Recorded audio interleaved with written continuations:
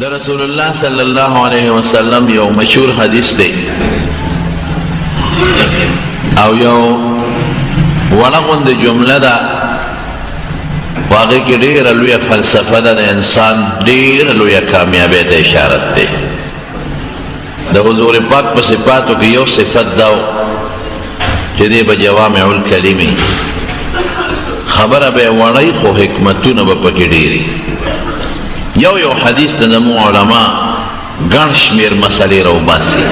دا یو حدیث دی دینه دا مسله راوځي دینه دا راوځي دینه دا راوځي دینه دا راوځي دا د رسول الله صلی الله علیه وسلم ښکلی صفت دی داسې د نور زموږ خبرې اوږدې وي مقصد پکې پټې وي او د حضور پاک خبرې لنډې وي مقصد پکې ډېر وي لکه د یو مثال درته وایم د حضرت انس رضی الله عنه یو ماشوم ورور پټینې راکوټې هغه سره بلبلو په هغې یې لوبې کولې بلبل مدینه شریفه کې ماشومان دا مرغۍ ساتي نو یو ځل حضور پاک هغه ته وفرمایل یا ابا عمر ما فعل النغیر دا پټې جملې وې یا ابا عمر ای د عمر پلاره عربی کې د ابو عمر دو معنی دي دا طالبان په پوهېږي عمر دا تصغیر د عمر دی او اب دا عربی ژبه کې د خاوند د صاحب په معنا هم مستعملیږي نو یو خدا چې ای د عمر پلاره دویم دا چې ای د لږ عمر خاونده دواړه معنی دي ما فعل النغیر بلبل دې څه کړ اوس دا پټې ټکې تاسو واورئ لیکن زموږ علما د دې نه ډېرې مسلې راوباسي یو مسله دې دا راوباسي چې یو مشر ماشوم سره خوشطبي کولی شي دا د حضور پاک د انس د ورور سره خوشطبي وکړه ماشومانو سره خوشطبیتي کولی شي یو دې دا معلومه شوه دویم دې دا معلومه شوه چې په کلام کې دا په خبرو کې دا طالبان په پوهېږي داسې الفاظ راوړل چې د هغې یو بل سره آخر قافیه ردیف په شعر کې وي او فاصله ورته وایي داسې الفاظ راوړل چې هغه دا یو جمله د بل سره خشته ولګي پښتو کې زه څه ووایم یا ابا عمر دې کې ری راله اخره کې یې ورې ما فعل النغیر اخر کې یې ورې یعنې داسې یو خبره د خولې نه ایستل چې مزیداره خشتی داسې الفاظ دا هم د ایستی شي بل دې څه معلومه شوه بل دا معلومه شوه چې په مدینه شریفه کې ښکار ساتلی شي بعضې حضرات وایي علما په مدینه کې نه بوټې پرې کوي نه به ښکار ساتي دته وایي ابو عمیره بلبل دې څه که نو ګوره بلبل خو یو ښکار دی معلومیږي چې په مدینه شریفه کې یو سړی ښکار ساتلی شي دویم ښکار هم ساتلی شي هلکه ښکار مارغه ساتلی شي ګرج هم ساتلی او ساتلی شي د دې ماشوم مارغه ساته او پیغمبر علیه السلام ورته دا ونه ویل چې هلکه دا مارغان ولې ساتې نه مارغه ساتلی شي خو یو خبره په مارغانو کې واورئ یو داسې مارغه ساتلی داسې چې هغه مارغه سره خلک ظلم کوي زیاتې ورسره کوي دا بیا ګناه ده او یو داسې قسم مارغاني په دې مرغو کې شته چې هغه دې پرېښودل د پیشوګانې خوري هغه که د فصل کې پرېښودل دا نور حیوانات یې خوري اوس داسې مارغان که یو سړی وله غټه پنجره جوړه کړي چې تکلیف ورته نه خوراک وله ورکوي بلکل ساتلی شي یا کمترې ساتلی کمترې خو څوک پې زور نه کوي کمتره پاسي وګرځي واپس هغه خپل ځای له راشي دا خیر دې پروا نشته خو زما وروڼو یو خبره په ښکار کې شته ګورئ نبی علیه السلام فرمایي چې څوک هم د ښکار شوق کوي ده کې به د عبادت نه او د خدای د ذکر نه غفلت پیدا کېږي ښکاري سړی هر وخت په دې سوچ کې چې زه به کله ښکار له ځم دا ښکار به کله کوم هلته ښکار دی او دلته رمانځه وخت شو اوهو که دا لمونځ کوم خو دا مرغۍ رانه بېدرکه کېږي راشه ورپسې ځه ګرځي ورپسې ډزې مې پرې کوي په جالونه هم ښه دا جال مې غورځولی دی که دا اوس نه راکاږم خو دا کبان رانه خرابېږي او هلته رمانځه وخت دی ذکر فکر د الله یاد منځ دې نه غفلت پیدا کوي خو دونه معلومه شوه که یو سړی په دې ښکار ظلم نه کوي زیاتې پې نه کوي خوراک اوبه وله پوره ورکوي او دې ساتي نو ساتلی شي دې حدیث نه دا معلومه شوه بل دې څه معلومه شوه بل دا چې یو ماشوم دې لا واده هم نه دی کړی او هغه ته وایي د پلانکي پلاره زمونږ دا طالبان پوهېږي دې ته حسن تفاول وایي. حضور پاک یا ابا عمر، ای د عمر پلاره، څه مطلب چې خدای دې دله زوی درکړي، ښځه به درکړي، ځواني دې درکړي، زوی دې درکړي، د هغه به عمر وي او زه درته اوس د عمر پلار وایم. نو په هلکانه کې او په ماشوموالي کې دې ته عربیان کونیه وایي. دې ښودی شي. بل دې څه معلومه شوه د رسول الله مبارک یو پیشنګویي د لږ عمر خاونده او مقصې وشوه هغه هلک په ماشوموالي کې وفات شو. ماشوموالی کې وفات شو. داسې قسمت د حضور پاک په صفتونو کې یو صفت دا دی چې دا خو ما دې کې طالبانو یو درې خبرې نور هم دي خو په هغې تاسو نه رسئ. دا زمانونو د پیغمبر علیه السلام صفت و چې خبره به لږه وه، الفاظ به لږ و، مقصد به پکې ډېر زیات. نو د یو حدیث اوس فرمایلی چې دې درته وایم لا یؤمن احدکم حتی یکون هواه تبعا لما جئت به. وی هغې پورې یو سړی سوچه مسلمان نشي جوړېدی چې خواهش د دین تابع کړي. ما جئت به قرآن سنت، ما چې کوم څیز راوړی دی قرآن و سنت چې دا خپل خواهشات د هغې تابع کړي دا مسلمان، او که دا خپل خواهشات یې د دې تابع نه کړل دا د مسلمانۍ د رنګ نه او د مسلمانۍ د خوشبو نه او د اسلام د حسن نه او د اسلام د خشته ښکلي صادر نه دې بار ووته. په زمانونو د دې مختلف قسمونه دي. نن موږ څه چل شروع کړی دی؟ نن ټول د خواهشاتو جنګ. نن شریعت یو طرف ته کړی دی، موږ خواهش مو مخکې کړی دی. شریعت دې خوا خواهش مخکې، خواهش د خېټ هم دی د ډوډۍ، خواهش د مکان هم دی چې دا ښه بلډینګ جوړ کړم، خواهش د موټر هم دی چې دا ښه موټر هغې نه ښه موټر هغې نه ښه والم،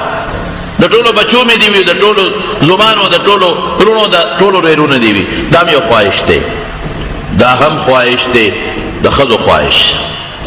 مختلف د خواهشاتو یو فهرست زمونږ په دې سترګو کې پروت دی. دین مو یو طرف ته کړی دی، خواهش بل طرف ته کړی دی. دې ته خواهش پرستی وایي. نن دنیا په دې لګیا ده. نن سهر نه پلار ماشومان پاسئ، مونځ ورته نه ښیي، ذکر ورته نه ښیي، د خوب د پاسېدو کلمه ورته نه ښیي، مونځ ورته نه ښیي، خدای ورته نه ښیي، عقیده ورته نه ښیي، اخلاق ورته نه ښیي. بس هله شابه بچی سکول ناوخته دی، هله ګاډی را روان دی بچی شابه سکول ناوخته دی، هله ماشوم پوزه بیګي جاړي، نه نه شابه بچی شابه جامې ورته واچي، پتلون ورته ور واچي او بیا موټر کې کېنئ بوځي چې چا وس رسي، یا ګاډي کې ورته پیسې ورکوي ټرانسپورټ فیس او هغه سکول ته روانې ځي. او مازدیګر چې بیا راشي بچی پاړی دې روا بچی سکول کې درته سوخل ټیوشن ولا نسا دا تاسو د دې بچی ماسپخین منځ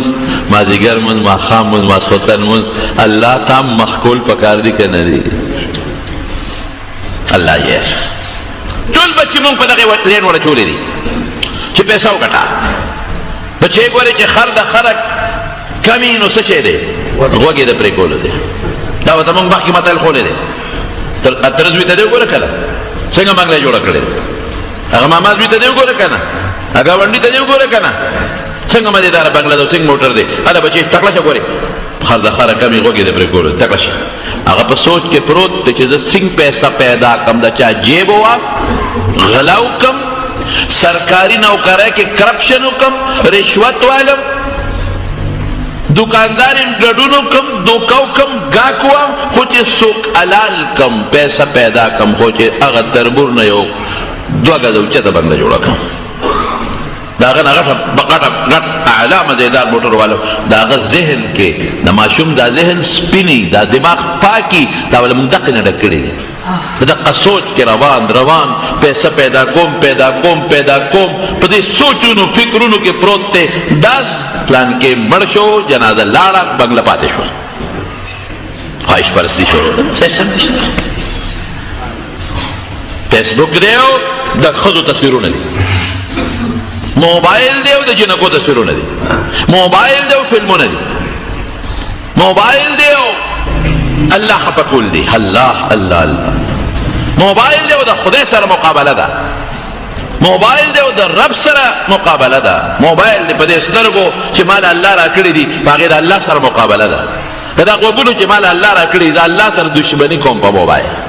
فیسبوک دی او موبایل دی نن خو د ټولو نه لوی شی دا دی افرأیت من اتخذ الهه هوا اها الله وایي څه وایي وایي د خلقو خواهش خدای کړی دی خواهش یې څه چې جوړ کړی دی خدای جوړ کړی دی خواهش لاندې کا ګوره چې الله څه کوي لاندې کا خواهش پیغمبر مخکې کا خواهش لاندې کا او ما جئت به قرآن مخکې کا ته ګوره که ته د ډوډۍ نه مړ شو راشه ما پرې مخ لاړې وتو کا که تا عزت خدای در نه کړه راشه ما پرې مخ لاړې وتو کا دا خو مونږ ته ښکاره دي ښکاره مثال به درکړم حضرت عمر فاروق رضی الله تعالی عنه د حضور پاک د غلام بچی حضرت اسامه هغه اسامه چې یو ځل د رسول الله مبارک په پتون ناستو زید ښکلی اسامه د رنګه تورو زید محبوب و محبوب پیغمبر مبارک چې غلامانو سره کم سلوک کړی دی که نن موږ خپلو نوکرانو سره خپلو همسایګانو سره او خپل ما تحت ملازمینو سره او خپلو چپړاسیانو سره دغه سلوک وکړو قسم په خدای دنیا کې به جنتي د غلام بچی دی رنګ نم تور دی په دا پتون ورسره ناست دی پوزه اوبیده رسول الله مبارک په هغه لاسونو چې قیمت د عرش نام اوچت دی راضی او د دې اسامه پوزه پې پاکوي عایشه بیبي ورته الله رسوله ما ته پرېږده چې دا پوزه وله زه پاکه کړم وایي نه عایشې دا به زه پاکوم احبه فاني احبه د سره مینه کوه زما ډېر خوښ دی په دا پتون به یې کېنو د مریض وې پوزه ورته پاکوي څوک عقاید و جهاد د سره مینه کوه زما ډېر خوښ دی نو حضرت عمر فاروق رضی الله عنه چې امیر المؤمنین شو بادشاه شو نو تنخوا به مجاهدینو له ورکوله فوجي جرنیلان او فوجي مجاهدین هغې له به تنخوا ورکوله نو زوی د عبدالله ابن عمر هغه ورته بابا ما له تنخوا کمه راکړې اسامه له ډېره ورکړې ولې دې معنی کم جهاد ته مخکې تللی دی دې معنی کم میدان ته مخکې تللی دی ما کم میدان رستو کړی دی او دې مخکې شوی دی د معنی کم میدان ګټلی دی خو چې کم دی د دې دې زدم کم میدان دی چې د رستو یم دې مخکې دی دله ولې تنخوا زیاته ورکړې ما له کمه راکړې عمر ورته وایي عبدالله ابن عمر ته زما زوی زما محبوبې زما ښکلا یې دا د رسول الله مبارک ښکلا د رسول الله مبارک محبوب او د رسول الله مبارک ښکلا به زما په ښکلا مخکې وي که نه وبه کې داسې دې خواهش پرستۍ زمانه کې به وکړې داسې نه نه په خپله چرګ وخوري په خپله خوراک وخوري او چې کوم یې نوکر دی چپړاسي د تشه خوروارو مخکې کیسه به خورا ډکېږه او دغه عبدالله دغه عمر فاروق دی څادرونه وله رالل څادرونه نو تقسیمولی په مدینه کې نو چا ورته وی ستا بیبي ده د رسول الله مبارک نسوی ده ام کلثوم بنت علي د علي لور د هغې له ورکه دا حضرت عمر په دې اخري زمانه کې حضرت علي ته وی علي وی ستا لور د ام کلثوم ما ته به را په نکاح نه کې عمر مې زیات دی دا کشره ده خو یو ارمان مې دې پړه کې چې که دا جینۍ ما ته را په نکاح شي او موږ له خدای بچي راکړي نو په هغه بچو به زما د حضور پاک نسب یو شي خلک وایي دا د عمر بچی دی او دا د رسول الله مبارک د بیبي فاطمې هم نسی دی د حضور پاک هم بچی دی هغه ماشوم به نجیب الطرفین بشي پلار د طرف نه او مور طرف نه به نسب به یو شي ارمان مې دی عربو کې دا رواج هغه زمانه کې نو اوس هم نشته که هلک او جینۍ راځئ مور پلار یې راځئ نو که عمر کې فرق وي نو پروا نشته علي صاحب ورته وایي امیر المؤمنین هغه جینۍ به دې خوښه شي نو په شریعت کې قانون دا دی چې کومې جینۍ سره څوک نکاح کول غواړي نو د هغې مخ ته کتې شي مخ ته خو دا خواهش په بنیاد به ورته نه ګورئ په دې بنیاد به وګورئ چې دا جینۍ ما سره مناسب ده خوښه مې ده که مې نه ده خوښه مخ ته ورله کتې شي او که د خواهشاتو سوچ ته راځي نه هغه دفع کوه نو علي صاحب ورته وي یو څادر ورکوم و درلېږمې نو ته وګوره که دې خوښه شو نو زما هم دا خواهش دی چې تا له یې په نکاح کوم هغه وی ښه ام کلثوم ته علي صاحب وایي د فاطمې لور ده بیبي فاطمې رضی الله تعالی عنها ای بچې دا څادر امیر المؤمنین له یو څه عمر له وی بابا مې راکړې دا دې خوښ دی که دې نه دی خوښ دې څادر یوړه امیر المؤمنین دا صادر میں بابا را کړی دی وګوره خوښ دی که دی نه دی خوښ. نو عمر کې ډېره حیا وه، هغه د دې جینۍ مخ ته نه شو کتی د حیا د وجې نه، نو خپو ته یې وله کتل چې ودرې که د خپو نه بس اندازه معلومه کړو، خپو ته به وګورو. جینۍ پرې پوه شوه، ورته وی امیر المؤمنین وی زما صادر دی پرېښو، زه خو صادر مې درته راوړی دی، هغې ته نه ګورې زما خپو ته نه ګورې. قسم دی که امیر المؤمنین نه وی چې دا سترګې مې درنه ایستې وي. هغې کې هم ډېره حیا وه که نه. د بی بی فاطمې لور ده، د بی بی فاطمه کې څومره حیا وه. یو ځل حضور پاک سره ناست سره میاشت ختلې ده، رسول الله مبارک دی فاطمه میاشت ختلې ده، دی ونه کتل سره ښکته فاطمه تا ته وایم میاشت ختلې ده، دی بیا سر ښکته بچې میاشت. وی بابا د الله رسوله زه خو د درېمې دویمې څلورمې میاشت ته نه ګورم. ولې بچې؟ وی دې وخت کې سړي ورته ګوري زما د سړو نظر په دې میاشت یو ځای کېږي. راشه د څوارلسمې صدۍ مسلمانانو ته، راشه د ټقارو کېړو ته، راشه بربنډو خپو ته، راشه بربنډ ګریوان ته، راشه بربنډ سر ته، لیچو ته. هغه جینکې نن فخر کوي، نن په بورقا زمونږ لوڼه خویندې شرمېږي، نن په حیا زمونږ لوڼه خویندې شرمېږي. او دې پکې زما د سړو نظر دی وخت کې سړي ورته ګوري که نه، د دویمې د نظر یو ځای کېږي. شریعت کې هېڅ منع نشته، سړی هم دیوال ته ګوري، ښځه هم ګوري، هېڅ ممانعت نشته. لیکن دا د هغې حیا وه چې پیغمبر مبارک ورته وي وګوره نو بیا ګناه خو نشته، لیکن دا د هغې حیا وه. او چې کله مړه کېده که نه، بی بی فاطمه نو وصیت یې وکړ چې زه مړه شم او زما جنازه وړی، یو خو د شپې زما جنازه وړی، دروازې به نه وړی، او بل زما د جنازې د پاسه دا ډولۍ اوس خلک اچوي که نه د زنانو، دا مخکې را حبشو کې دا رواج و، دلته نو. وی زما په کټ د پاسه به لرګي کېدی، د لرګو د پاسه به څادر واچوی چې زما کفن هم څوک ونه ویني. د رسول الله مبارک لور ناجینه کې اقا حیا پرته ده. زما رونو خدای دې زمونږ خویندو لونو له حیا ورکړي. دا هم خواهش پرستي ده چې نن جینۍ بربنډ سر خوښوي، دا هم خواهش پرستی ده چې نن جینۍ بربنډ مخ او بربنډ سټ خلکو ته ښیي، دا هم خواهش پرستی ده چې لیچې ښکاره کړي دي، لاندې خپې ښکاره دي. ای د خدای بندې، الله ښکلی وجود درکه، د دوزخ په اورې ولې سوځې؟ الله خشته مخ درکه، الله ښکلی ډانچه درکړه، الله ایمان دل پړه کې واچو، الله د مسلمان مور و پلار نه پیدا کړي. دا وجود خو زما د دوزخ په اور نشي پیرزو، ستا ولې پیرزو شي؟ دا وجود به په قبر کې په کوتکو والی کېږي. ولې ظلم کې؟ ولې خلکو له د زنا دعوت ورکې؟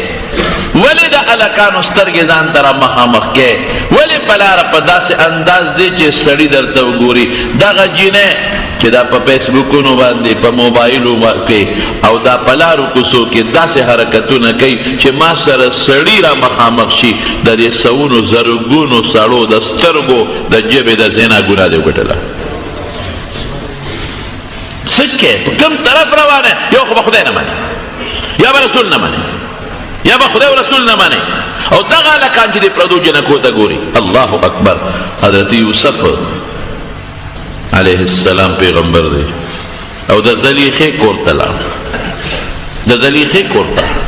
او زلیخه پې مینه شوه. بس لنډه پښتو کې به ته وایم، د زلیخې خوښ شو، مینه شوه پې. لیکن یوسف علیه السلام په دې خپلو سترګو زلیخې ته نه کتل، دی چې به کله ته نظر به ښکته، اوس هغوی نیکه ده او د وزیر لور ده او ښځه ده، خشته ده، حسنداره ده. او یوسف دلته راشه، یوسف دی به ورغې سر به ښکته کړي، دا کار وکړه، دا کار وکړه، خوله ګډول راغوښتل. عاشقه ده پې په کور کې، ځان نه لرې نه پرېښودل. یوسف به ناست و سر به ښکته و، نه به کتل دی خپلې نیکې ته. یوسفه ما ته وګوره، داسې به وکتل زر به سر. ولې ما ته نه ګورې؟ څه چل شوی دی؟ لا پیغمبر نه دی، لا نبوت نشته، لا کتاب نشته، خو زړه کې د یوسف حیا پرته ده، زړه کې د پیغمبره نخې د مخکې نه پرتې دي نه ګوري ورته سترګې نه مخامخ کوي ورته اخر کې زلیخې ورغی او جال جوړومه او دې پنساوم دې ګیروم په دې جال کې ځان یې ښه خشته که ښه ډولې یې که هغه زمانه کې دا هره زمانه کې دا د بیوټي پارلر دا رواج شته دی چې دا حسن او خشتوالي د جینکو خوښه وي او داسې کاریګران هم وي زنانه چې هغې جینکو له هغه حسن برابروي ځان یې ښه ډولې کړ په محل کې دننه یو کوټه ده په څو دروازو بنده کوټه ده هغه یې ځان پسې بندې کړې وغلقت الابواب وقالت هيت لك قرآن شریف کې الله فرمایي غلقت الباب نه دی غلقت الابواب ټولې دروازې بندې کړې جرندې ورته واچولې زلیخه خپل کټ ته وخته ډبل بیټ ته او پکې کېناسته او چابیانې ځان سره کړلې یوسف ته وایي راځه دې را دننه کو نوکرانو ته وایي دروازې بندې کړې چابیانې ماله راکړې په خپل آخري دروازه بنده کړه بله بنده کړه بله بنده کړه یوسف ته وایي دلته راشي حضرت یوسف ته څه وایي قالت هیت لک راځه ځان او لاوله ته وایي یوسفه سترګې دې ډېرې ښکلې نه دي ګوره دا هغه جال دی وی او ښکلې دي خو ړومبې به دا سترګې پټېږي به مخ دې ښکلې ډېر نه دی وی قبر کې به ټولو نه مخکې دا خورې کېږي لاسونه دې ډېر خشته نه دي وی ټولو نه مخکې به دا چی پړېږي دا به ختم شي یوسف ما ته وګوره نه ګوري یوسف ما راغوښتې سلی نن خبرې نه نن به ما سره ګناه به کې ما ته وګوره د څومره خشته یم زما لاس زما خپې زما وجود چې دا مطالبه د یوسف نه کوي یو ټکي یوسف وایي هغه وخت کې علیه السلام یو ټکي وایي قال معاذ الله یا الله ما بچ کړه معاذ الله دا الله په ذات دنه امن غواړم ما معاف کړه دې وخت کې د انسان زړه کې چې د دنیا بزرګي د دنیا نیک انساني یو خدا چې الله بچ کړي لیکن دې نه څوک نشي خلاصوي د خواهش د انسان چې اوبراو شي د حیوان شو دی وخت کې انسانیت ختم شو حیوان شو دلته دی په ځان نه دی اوس دی وخت کې دی په خپل قابو کې نه دی دی وخت کې سلیمان ابن یسار دا یو ډېر لوی سړی زموږ د امام ابو حنیفه رحمت الله علیه په شاګردانو کې دی سلیمان ابن یسار ډېر ښکلی دی ډېر خشته دی زموږ د حدیثو په کتابونو کې هم ذکر راځي یو جنۍ ده چې هغه په دې علاقه کې د هغې نه ښکلې او خشته جنۍ بله نشته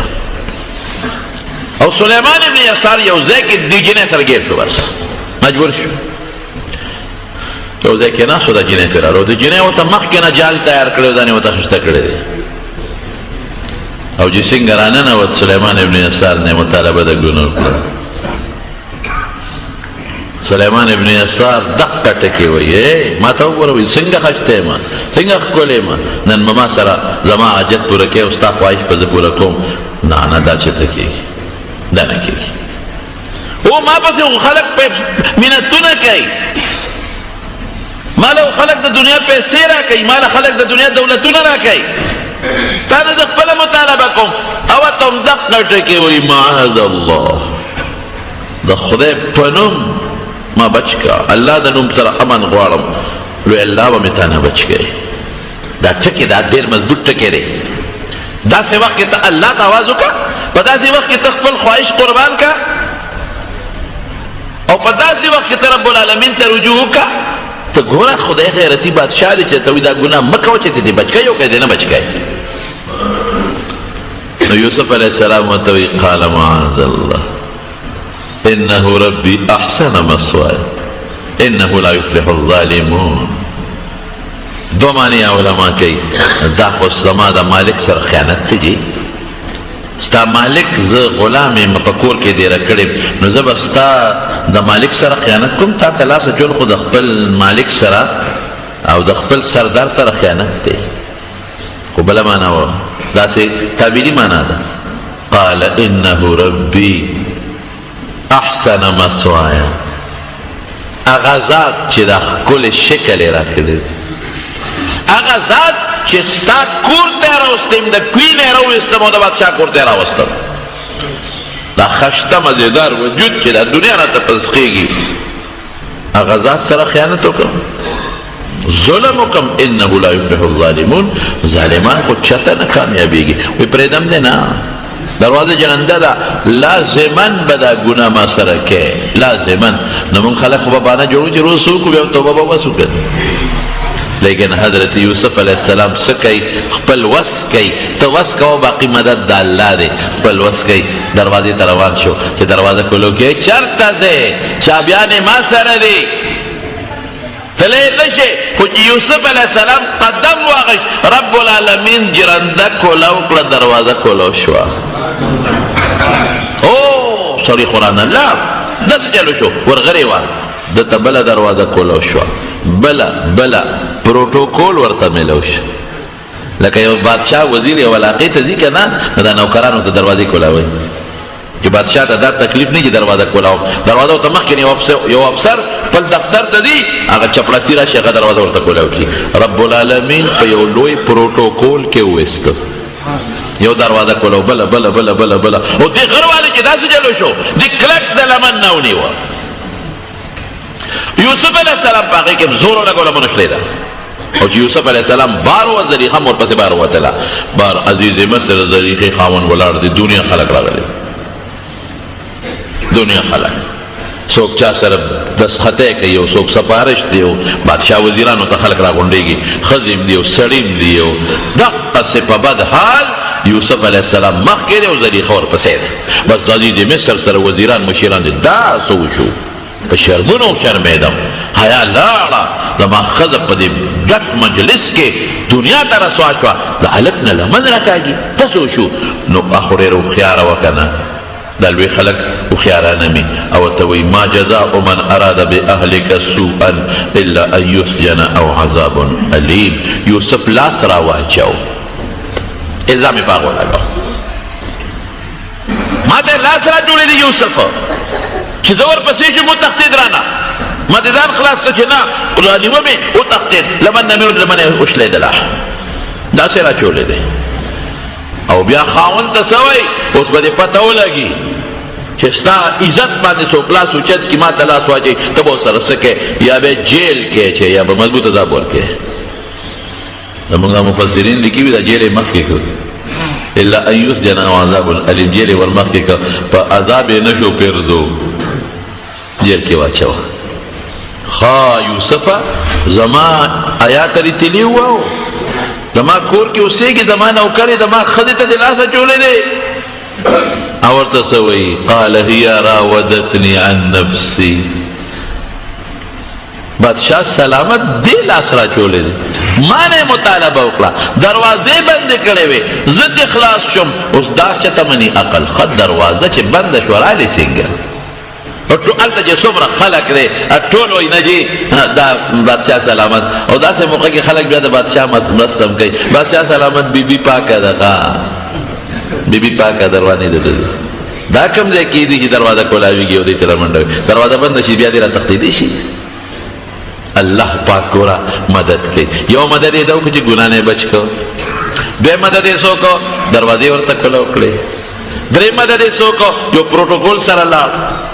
سلورم مدد یې څه وکړو سلورم الله پارسي کې حکمتي که دا خاوند ته خبره نه وه ښکاره شوې سبا زلیخې بیا مطالبه کوله بیا به کوله ګیره به لاس به ورچو ګناه کې به مبتلا کېده اوس بل مدد څه کوي یو ښځه د هغې سره یو ماشوم بچی دی او د مور پی خوري یوسف وی دی لاس راواچو دراس راواچو هغه ماشوم د مور سینه پرېښودله وشهد شاهد من اهلها ان كان قميصه قد من قبل فصدقت وهو من الكاذبين وان كان قميصه قد من دبر فكذبت وهو من الصادقين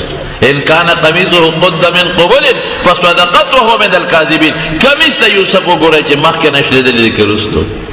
که کمیس مخکې شلیدلي نو دا زلیخه رښتونې ده، یوسف دروغجن دی. د لاس واچوه هغې ته ځان خلاصو، کمیس یې د مخکې نه شلیده. او ان کان قمیصه قد من دبر فکذبت وهو من الصادقین. او که کمیس د شا نه شلیدلي نو دې ته تښتېده او دې رانیوه، نو دا دروغجنه ده، هغه رښتونی دی. نو که دا خبره بل چا کړې وي نو خلکو به رد کړې وه، خو ماشوم وکړه او د پیو ماشوم خبره وکړله. نو ماشوم خو چې خبرې کوي الله طاقت ورکوي، د گویا یې خلکو منله. وی وګوره د کمیس ته یوسف وګوره چې فلما رأى قمیصه قد من دبر قال انه من کیدکن ان کیدکن عظیم. چې کمیس یې وکت لاندې شاته نه شلیدلی، الله مدد وکړه کوي نه کوي. اوس عزیز مصر پوه شو، زلیخه زیړه شوه، رنګ یې زیړ شو او عزیز مصر پوه شو.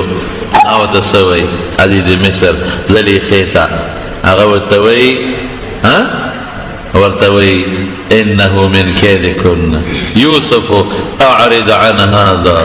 یوسف بس په دې خبره کاڼې کېده، بس دا خبر چاہتا ہوں کہ جدری خیل اثرہ چولے دے، دا خبر دلتا ختمہ کا. واستغفری لذنبک انکی کنت من الخاطئین. زلی خید خدای نبخنا وغوالا غلطی استادا. نظر ما چیز دیزی مصر دیر بے غیرتا ہو، دلا بے غیرتا ہو. دغا وقت کے بخنا وغوالا خمزبوط دا کٹ بازو دا زلی خید اگے خدای ته بخانه وغواړه، خدای نه بخانه وغواړه، راګیره کا واښه مضبوطه لګاو کا، پښتو معامله ورسره وکړه. ودې دا ماشوم ګویه مو کړه واستغفري لذنبک، بخانه وغواړه د خدای نه، انک کنت من الخاطئین. په ښځه کمزوري سړی بې خوند دی، کمزوري شی بېکارو، شی کمزوري بېکارو.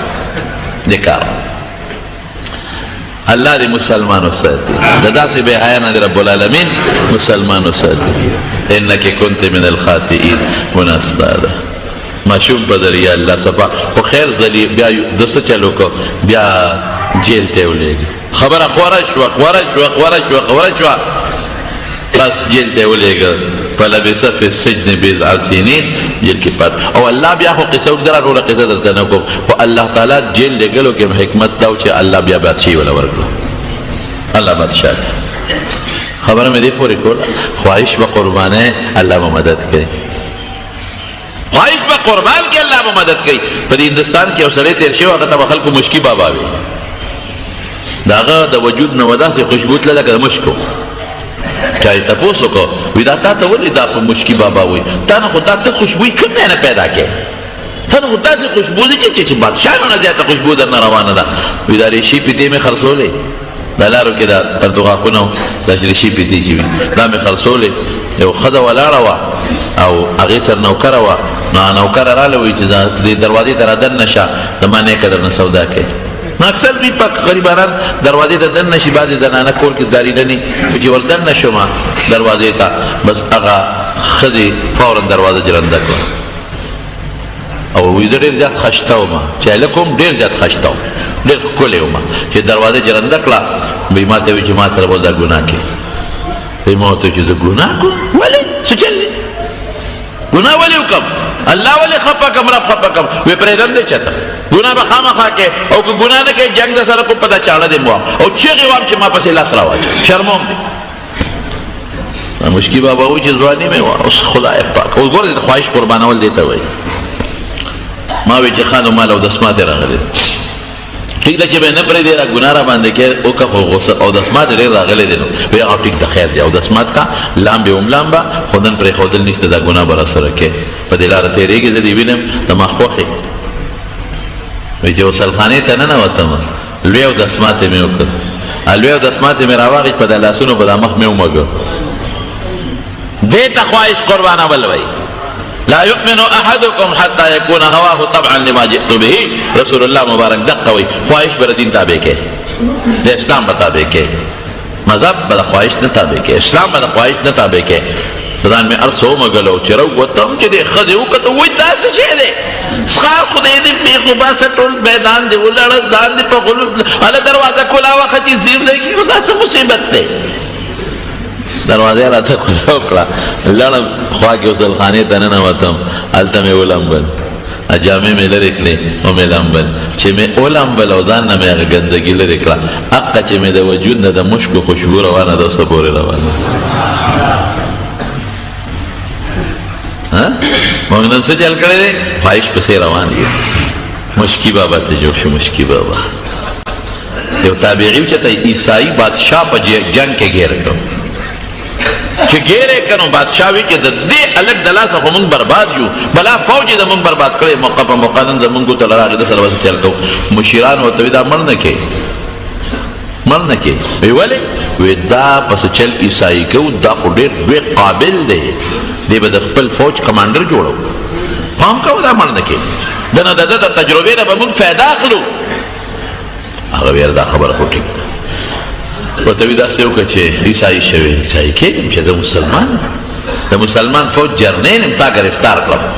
څه چې کې وکړه خو عیسائی کېږم نه یاره ورته اخره کې خلاصه دا چې پیشکش یې ماته وکړه لور به درکړم بادشاهي به درکړم جرنیل به دې کړم دا به وکړم تابعي ورته وی داسې نه کېږي بادشاہ پریشان دی چې اوس مړی کم که څه چل ورسره وکړم د دې بادشاه لور ډېره ښکلې او خوبصورته بابا ولې پریشان وایي دغه مسلمان مې نیولی دی ما وجه خو ټول وزیران مې ما وجه ډېر قابل دی تجربې نه به مونږ فایده واخلو زه مسلمان هم نه مسلمانېږي بابا دا خو په 15 منټو کې درته مسلمان کړم دا عیسائی کړم ما ته پرېږده اوس یې د عیسائی کړو بچې تی څنګه عیسائی کې مال چل را دي د خماجدار یو کمرې ته دننه کړ او دا جینۍ ورله او ځان یې ورته ښه ډولې کړ داسې ځان خشته او هم خشته ډولې یې کړ او روټۍ وله یې وړله دا صحابي دا تابعي ورته بره هم نه ګوري بره څلوېښت ورځې دې جینۍ پې محنت وکړ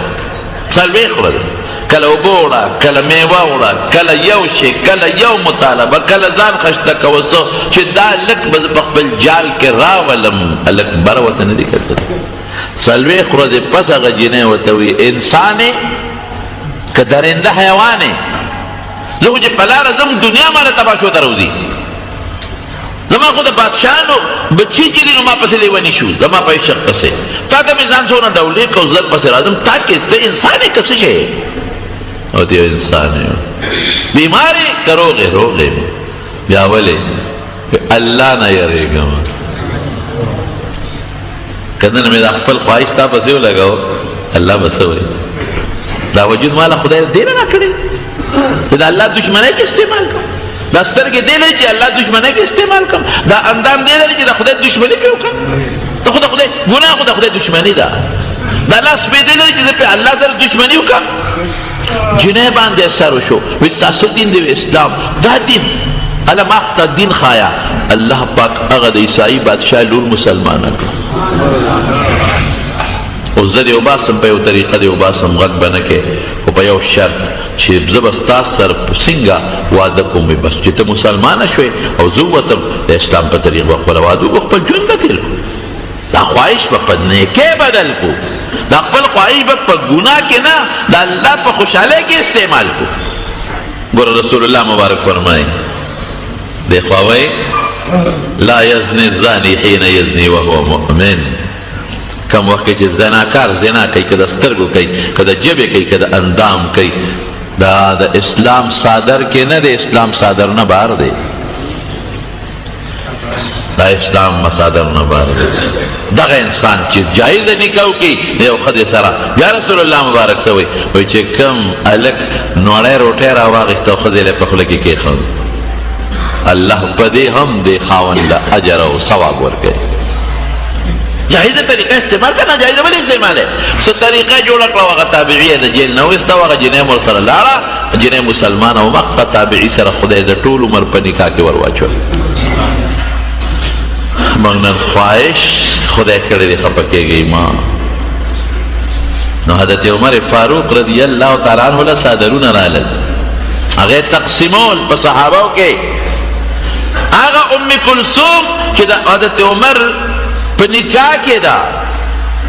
هغه ام کلثوم معصومه ده وی عمره امیر المؤمنین نه وی دا سترګې مې در نهستې وی دا بابا ته دې ووایه څادر مې خوښ دی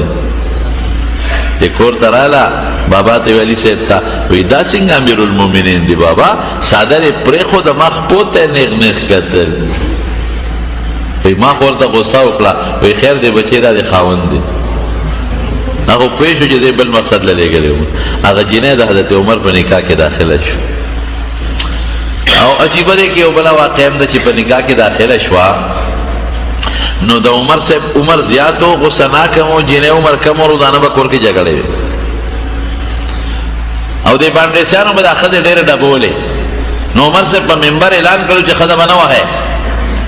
او که چا هم ښځه ووهله نو دا چل به ورسره کوو نو بانډیسیانو وال ټکول ختم شو نو چې وال ټکول نه کوې خو غم دا دی چې بیا خو ښځې سره به ژوند څنګه تېری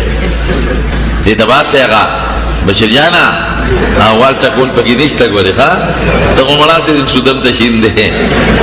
چې په خبره جنت کې به خدای درکوي او جنت کې وال ټکول هم نشته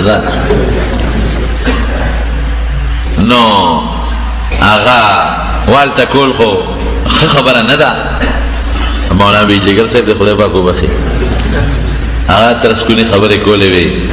دوه کسانو دوستان یو بل سره لګیو ګپ شپ یې لګاو نو یو وایي ما نه خواړو ښځه یارېږي نه بل وایي زه خو چې کور ته نه وځم بس رپېږي وایي دا څه چل دی وایي دا کمال د ښځې نه دی دا زما دی وایي څنګه وایي د واده په لومبۍ شپه مې پیشو کوټه کې ګیره کړې وایي چې څنګه ور ننوتمه کوتک مې راواغېسته او پیشو مې واله نه کله مې ورته یو دی وکړله پیشو ټوپونه جوړ کړل یو خوا کله بل خوا اخره کې مې لار وکړه پیشو تښتېده بس ښځه حقه یارېدلې ده چې سړی غوسه ناک دی بس چې د کور ته نه وځم سر یې ښکته کړي دقه په لومبۍ شپه مې یارولې ده دې د نر بچې م لاړه پیشو یې کوټه کې ګیره کړه موږ هم دا لوبه وکړو دا ډرامه به موږ هم وکړو پیشو یې کوټه کې ګیره کړه خو چې ننوت کوتک ته یې ګوتې کړې پیشو له یې دوه درې غوزار وکړه ښځو دی په ارام کښېنه هغه د پیشو د والو غوښې تېرې شوي دي ښه موږ پېژندلې موږ د وخت پېژندلې چې ته څه شی ښځو سره ډېر ازادي هم ښه نه ده ډېر ازادي او ښځو وال ټکول او ظلم هم ښځو سره نه دی په کار بعضې سړي د خپلو ښځو سره ظلم ډېر زیات نو هغه چې اعلان یې وکړه ښځې به نه وهئ نو خلکو ښځې جوابونه شروع کړل یو بانډیسي سره ښځې جنګ کړی ښځې په اواز اوچت کړی جواب یې ورکړی بانډیسي راغی ورېږه عمر صاحب ته شکایت وکړم چې موږ به هسې درست کوو وال ټکول کول نو ښځې یارېدې غږ بیا نه کوو چې مو پرېښي دي راشي اوس ښځې جوابونه راکړي چغې را باندې وباسي چې راغی عمر صاحب ته دروازه وویل او اتفاق ده چې دې وخت کې د ام کلثوم په عمر صاحب اواز راوچت کړی دروازه ویله حضرت عمر صاحب ولا راووته وایي برګري سال دی وایي یو مسله مې راوړې وه خو حل شوه وایي څنګه حل شوه راته دې نه وی حل شوه نو ما د ښځې فریاد راوړو چې ښځه جواب راکړي وایي ستا مې کور کې ولیده وایي چې ته ګزاره کوې به هم بیا سر کې کړ عمر صاحب ورته وایي ګوره وایي دا ښځه تا له 5 ډیوټۍ کوي یو دله پخلی کوي که دی دله نه کولي هوټل نه دې تیاره راوړي څونه خرچه به دې راتله یا نوکر دې نه وي خانسامه څونه پیسې به دې ورکولې جامې د لینځي کټونه د لینځي صفاکۍ یې دله که دی دله نه کولې او دوبي له دې وړې یا نوکر دې نه وي څونه تنخوا به دې ورکول درېم زه یې دله صفاکۍ جارو کوي که دی دله نه کولې او ځان له دې یو چپړاسي نیولې څونه تنخوا به دې ورکول څلورم د کور حفاظت دې کوي یو ښځه چې کور کې غل نه راځي که د حفاظت یې نه کولې او ځان له څوکیدار نیو څونه تنخوا به دې ورکول او پنځم د ګناه نه پرې بچې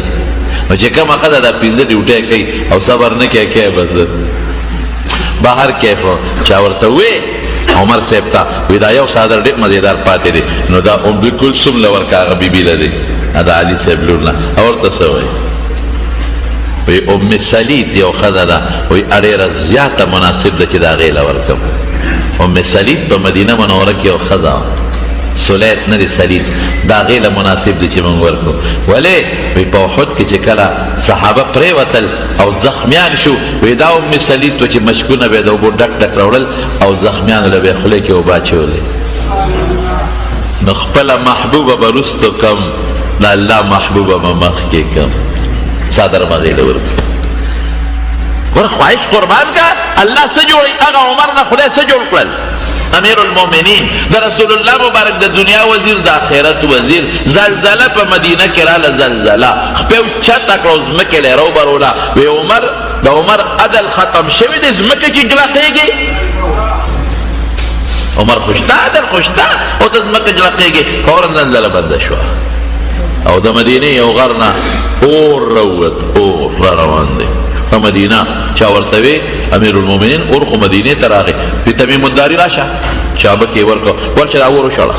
ما یاد کړه چې عمر را لېږلی یم اور څه اسپه ده چې شړی اور خره ده چې شړی تمیم الداري 2 رکعته نفل وکړ چابک یې لاس کې واخیست اور پسې شو وی ای اور عمر را لېږلی یم شابه کمې سوړي نه راوتې هلته ځه اور مخکې دی تمیم الداري ورپسې دی په هغه غارې وردننه که واپس دی راځي او دریای نیل براخت په کال کې یو ځل دریای نیل د مصر دریاب دا قانونو کال کې به یو ځل اوچتېده او کلي به یې غرقو مصر به یې غرقو د هغوی یو رواج ده چې یو خشته جینۍ به یې وکته چې مصر کې به د هغې نه خوبصورته جینۍ بله نه وه پیغله هغه به یې ناوې کړه کالي به یې واچول اب یې دریاب ته ورغورځوله دریاب به کېناسته په د هغوی یو جاهلیت رواج و یو به مړه کړو یو به ختمه کړو خو نور خو به بچ شي که نه کله د حضرت عمر فاروق رضی الله عنه زمانه ده او گورنر ابو عبیده ابن الجراح دی د هغه زمانې نو هغه ته چا ووایي چې ګورې دا دریاب راخیږي کال کې یو ځل او که دا جینۍ موږ نه ده ورچو نو مصر غونډ وړي اوس به څه کوې هغه حضرت عمر صاحب ته خط ولېږه وایي دلته خو دا یو رسم و رواج دی دریاب راخیږي عمر صاحب یو 2 چټ ګوتې خط ور ولېږه ابو عبیده ته وی رضی الله عنه ته وی که دریاب راوخه چې جینۍ ور چوي دا چټ په ورغورځئ دی بیا راوخېږي دریاب راغورځانګي وی خلک رالل چې ای ګورنر صاحب مهرباني وکړه یو جینۍ به وروغورځو مصر به بچ شي او که نه ورغورځی ټوله دنیا غرقېږي هغه وی جینۍ غورځول ګناه ده او ما ته حضرت عمر خط رالیږلی او ورغورځو خط کې ورته څه لیکلي دي ای دریای نیل که ته د خدای که ته په خپل حکم چلېږي چې څه د خوښه یې کوه جینۍ نه درغورځو غرقول کې او کار څه کوې او که ته د الله په حکم چلېږي ته د الله د رسول خلیفه دا چټ مې در وغورځو فټافټ ښکته شه چې تر قیامته پورې دې بیا اوچتو نه وینم خط یې راواخېسته او دریاب ته یې ورلړه کړه دریای نیل چې هغه ویخله تللی دی بیا چېرته رو نه خته او نه په مصر باندې راوچت شو او په مدینه کې ناست دی دغسې لکه په منبر باندې او فوج یې لېږلی دی لرې یو علاقې د جهاد له لرې چې ته د میاشتو په مزل لرې او د مدینې نه اواز ورکوي خپل جرنیل له یا ساریتو الجبل الجبل ای ساریه غر ته متوجه شه غر نه ویرېږه جومات کې خلکو وی عمر جو دماغ په کار پرېښود کمزورې دی بوډا دی ساریه خو د میاشتې په مزل لرې دی دې ته نوازونه ورکوي چا وی نه څه چل پکې شته چې هغه لښکر واپس راغی حضرت ساریه راغی راورسېده خلکو ته تپوس وکړو جمعې په ورځ پلانکي ټیم کې څه مسله خو درته نه وه پېښه وکنه څه وی موږ دشمن سره په جنګ و دشمن مخکې موږ ورپسې وی دې کې مې یو اواز واورېد چې ای ساریه غر ته وګوره غر ته متوجه شه وی چې مې واورېده ما والله انه لصوت عمر قسم په خدای چې دا د عمر اواز دی چې مې غر ته وکتل دشمن شاته راپسې نور را روان دی هغې ته متوجه شو شکست مو ورکړو که د عمر اواز نه وی اورېدلی هغه لښکر خو مونږ خیال نه په غر مونږ به برباد کړو ناس په مدینه کې د میاشتې په مزل لرې لښکر ویني اواز وررسئ هغه ته رسېږي خواهش به د دین تابع کوو خواهش به د دین نن خواهش مونږ خدای کړی دی خفه کېږئ ما افرأیت من اتبع الهه هواه قارون زه په دې کې به زه تاسو ته بله جمعه څه خبرې پاتې دي انشاءالله درته به وکړم بله جمعه به درته وکړم خو نن زموږ ټول خواهشات مخکې دي دین وروسته دی مانځه وختي او ستا تجارت رواني ستا دکان خرابېږي ستا بخور خرابېږي رښتیا ووایه مونځ له دې که خپل کار کوې خپل کار نو خدای وروسته شو که خدای وروسته نه شو ما ویل ته کې ته خپل لګې په موبایل خبرې کوې دلته وی الله اکبر دا الله عظمت بیانېږي ته وی هلاو دا خواهش نه شو هلته تکبیر تحریمه ده پیغمبر وی رالاندې کا ته په موبایل هلته چا سره خبرې کوې دا خواهش مخکې نه شو خدای وروسته نه شو حرام کوما ډاکه کوما غلا مونږ کوو دوکې مونږ کوو 2 نمبر شیخ په 1 نمبر باندې خرڅو هغه پیا مونږ نه خلاص نه دي په هغې کې اوبه اچوو هغه مسالې مونږ نه خلاص نه دي ګډون پکې کوو دا خو ټول خواهش دپاره دې خېټې دپاره دا خېټه اسی او خبره کوم په اخره کې دا لاندې ده کبره ده الله لاندې پیدا کړی ده موږ په سر سب کې نولې موږ دون عزت ورکړي الله وی دا عزت مو ورکوه لاندې ده لاندې ده لاندې ده د خېټه کې د لوی ګن پروت دی هغه خېټه چې خدای لاندې پیدا کړې ده ما په سر کې نولې ده چې داسې سر وجتوم نو خدای نه ګورم خېټې ته ګورم چې خې طرف ته ګورم نو خدای ته نه ګورم خېټې ته ګورم ګس طرف ته ګورم نو خدای ته نه ګورم خېټې ته ګورم خدای ته وګوره خېټه څه چی دی ډوډۍ به خدای درکوي ښه به یې درکوي او ښې دله درکړله او دغه بنګله ده نه قسم په خدای پاتې ده دغه جایداد درنه زما دی په خدای قسم یې پاتې دی دغه مال او دا بچي د قسم په الله پاتې دي بینک کې به دې روپۍ پاتې او صرف کیشر به شماري د خدای بنده چې دا کم بچی در نه پاتې شو کومه بنګله در نه پاتې شوه کوم مال در نه پاتې شو په حلال یې وګټه په حرام یې مه ګټه ته څه کې په کوم طرف روان یې سبا یې لاندې ومړ نن سبا خو مرګونه لاړل پخوا به هغه اویو اتیو ته رسېدلو 40-50 نه وړې داسې چې اعلان به وایي لکه په بېګاه خو موږ سره مونځ کوو لاړ که نه پرون یې موږ سره مونځ کوو بس لاړ خبره ختمه شوه د مارونو موږ به د رسول الله مبارک دا خبرو د فرامینو تابعداري کوو زموږ د دنیا هم پکې ښه زموږ آخرت هم پکې ښه او که موږ خواهش مخکې کوو خدای مو رستو کو دنیا هم تباه خسرت دنیا والآخره دنیا هم تباه آخرت هم تباه ذلك هو الخسران المبين لوی نقصان خو دقه دی نو موږ به ډوډۍ ګټو موږ به رزق ګټو موټر به هم ځان له اخلو بنګله به هم ځان له جوړو ځمکه جایداد هر څه به کوو خو موږ به دا ځمکه او دا هر څه د خدای په مقابله کې نه دا د خدای په خوښ او په خوشحالۍ به دا هر څه کوو چې الله پې خفه نه الله پې خوشحاله الله دې زموږ د دین تابعداري نصیبه کړي زموږ په دې محله کې عبادالخیلو کندې کې محمد عثمان پرون وفات شوی دی محمد عثمان صاحب ډېر ښه سړی دی رښتیا خبرې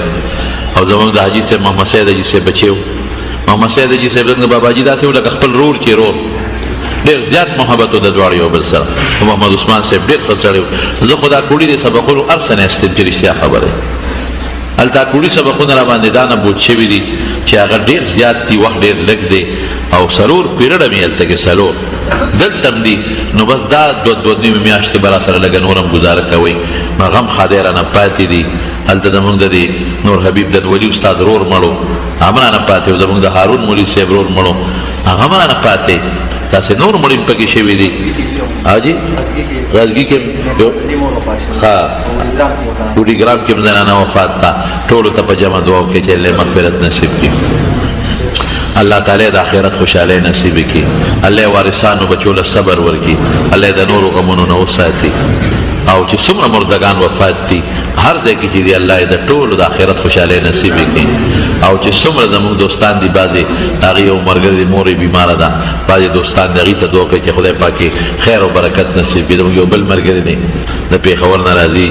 نجاد الله صاحب د هغه والده بیماره ده یو بل رشته دار یې د خپې ته پرې کړې ده دعا وکړئ چې الله وله روغ صحتونه ورکړي الله وله شفا ورکړي بل مو مختدی دی الله پریشان کړی دی الله پاک دې ولر صحت ورکړي زما والدم بیمار ده دعا کوي چې الله شفا ورکړي تاسو کورونو کې هم خامخا بیماران به وي وردا بیمارت الله راولي ختمه یې ګوره الله